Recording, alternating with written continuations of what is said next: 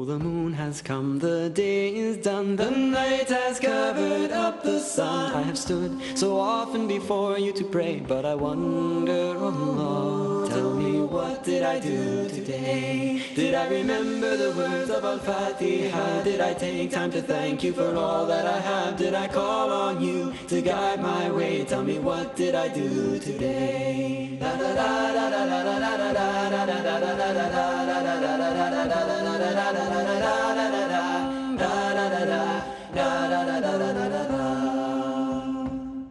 I have whispered to you as I made ruku, Subhana Rabbi Aladi. But was my faith bright or grey?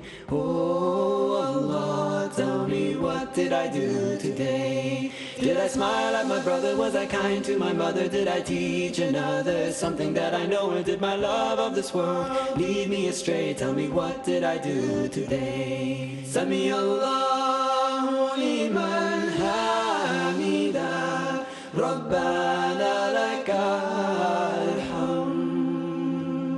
سمع الله لمن حمده ربنا لك الحمد. لا إله إلا الله، لا إله إلا الله، لا إله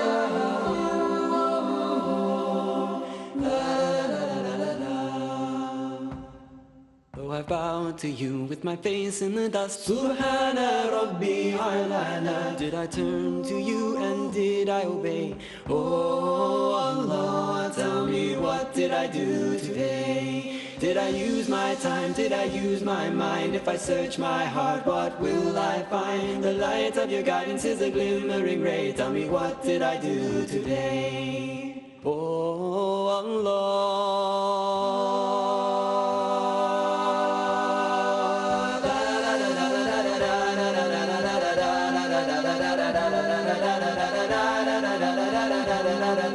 What did I do today? What did I do today? What did I do today?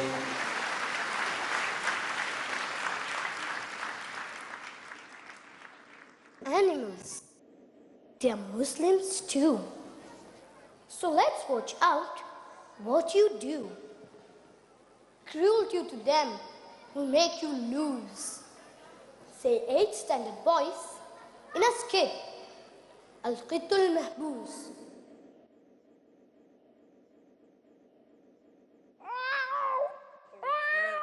علم القرآن خلق الإنسان علمه البيان. ما هذا يا عبد الرحمن؟ لما تضع القطة في الصندوق الخشبي؟ إنها قطتي أضع حيثما أشاء. لكن القط لا تعيش في الصناديق الخشبية. دعها وشأنها. بل دعني أنت وشأني يا أسامة. ما الذي يدعوك الحديث معنا في هذا الموضوع؟ ابتعد عني رجل وانتبه لشؤونك. حسنا حسنا، ولكن هل أطعمتها؟ ماذا؟ أطعمتها؟ ولماذا أطعمها؟ تحبسها ثم تقول لماذا أطعمها؟ إنها جائعة.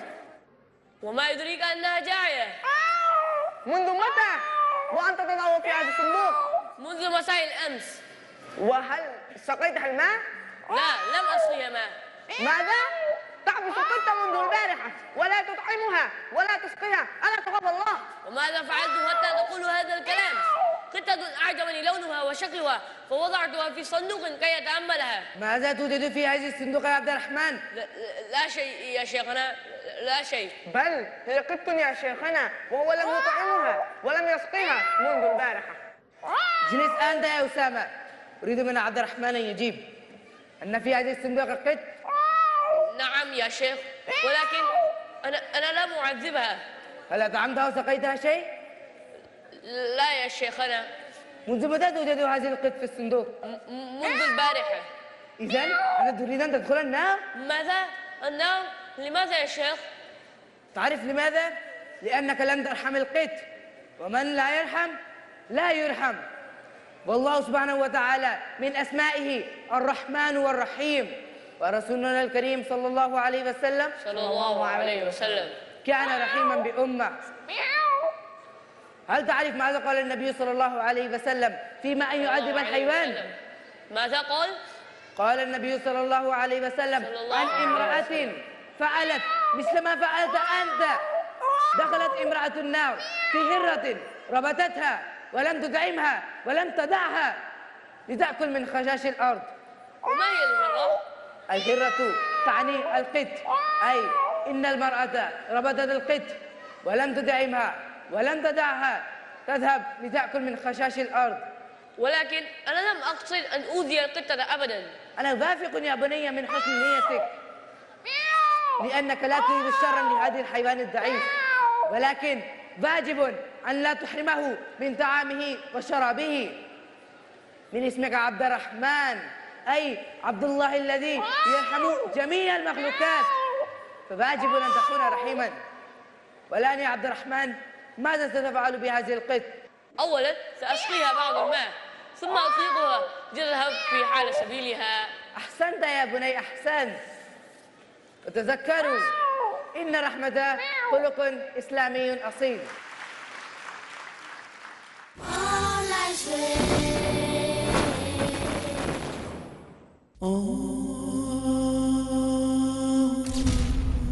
We are not addicted to dawah. Addiction implies a short-term fix. One doesn't need to get into the zone to talk about Islam. You do dawah because it is a natural result of your commitment to Allah. If you don't talk, people are going to walk.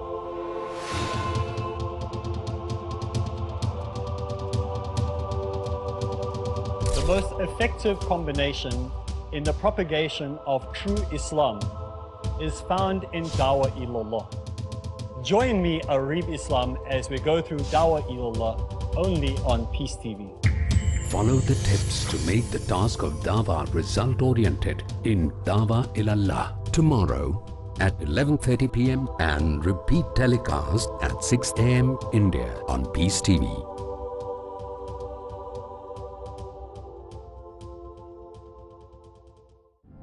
Where truth is hidden, misleading quotations create confusion.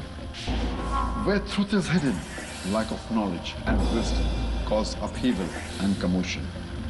Where truth is hidden, manipulated scriptures and twisted facts emerge. This very hidden truth creates false propaganda, mayhem, chaos, disorder, and turmoil in our lives and the world order. But is there anyone with courage and wisdom? What is the truth, and who has the courage to expose it?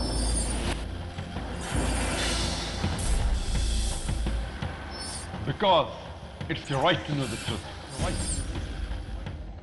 Watch truth prevail and lies perish in Truth Exposed by Dr. Zakir Naik every Sunday to Friday at 9 p.m. and repeat telecast at 7:30 a.m. India on Peace TV.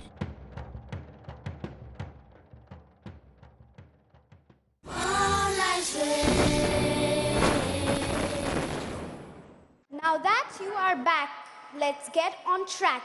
May peace be upon you.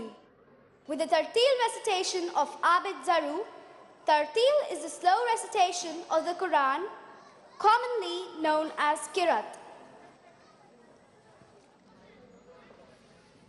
أيها الضيوف الكرام، السلام عليكم ورحمة الله وبركاته. أنا عابد زارو الطالب في مستوى السابع. أقدم بين أيديكم تلاوة القرآن الكريم برواية حفص عن عاصم الكوفي رحمه الله. أعوذ بالله من الشيطان الرجيم. بسم الله الرحمن الرحيم.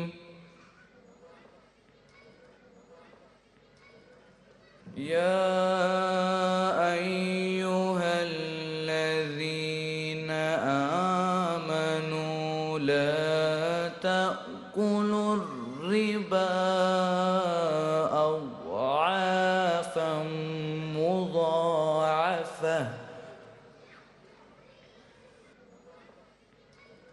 واتقوا الله لعلكم تفلحون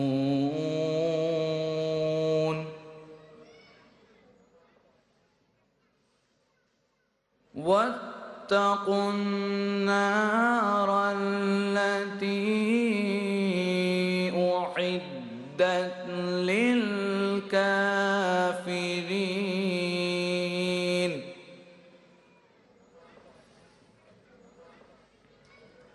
وأطيعوا الله والرسول لعلكم ترحمون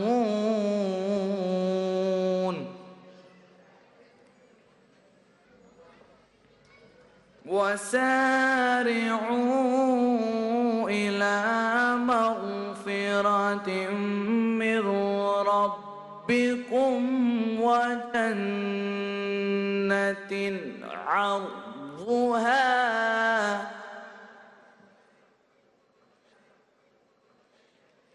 وجنة عرضها السماوات والأرض أعدت للمتقين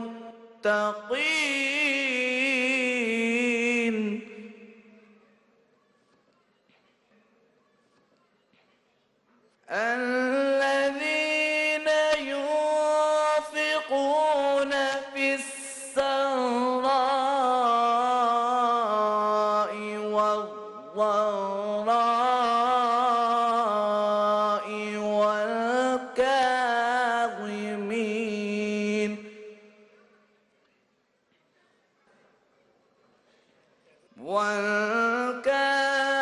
والكاظمين الغيظ والعافين عن الناس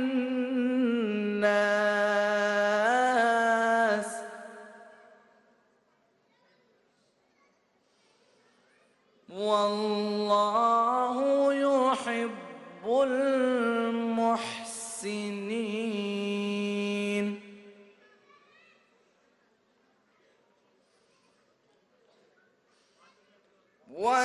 والذين إذا فعلوا فاحشة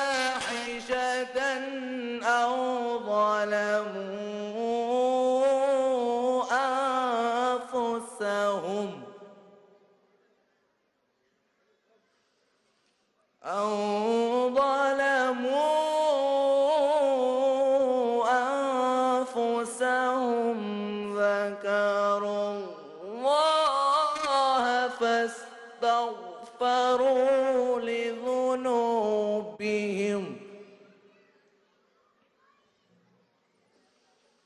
ومن يغفر الذنوب إلا الله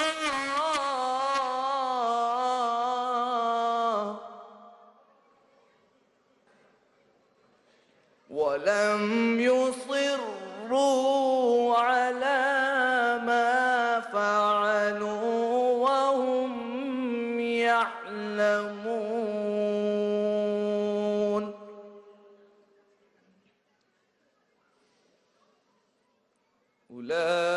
أولئك جزاؤهم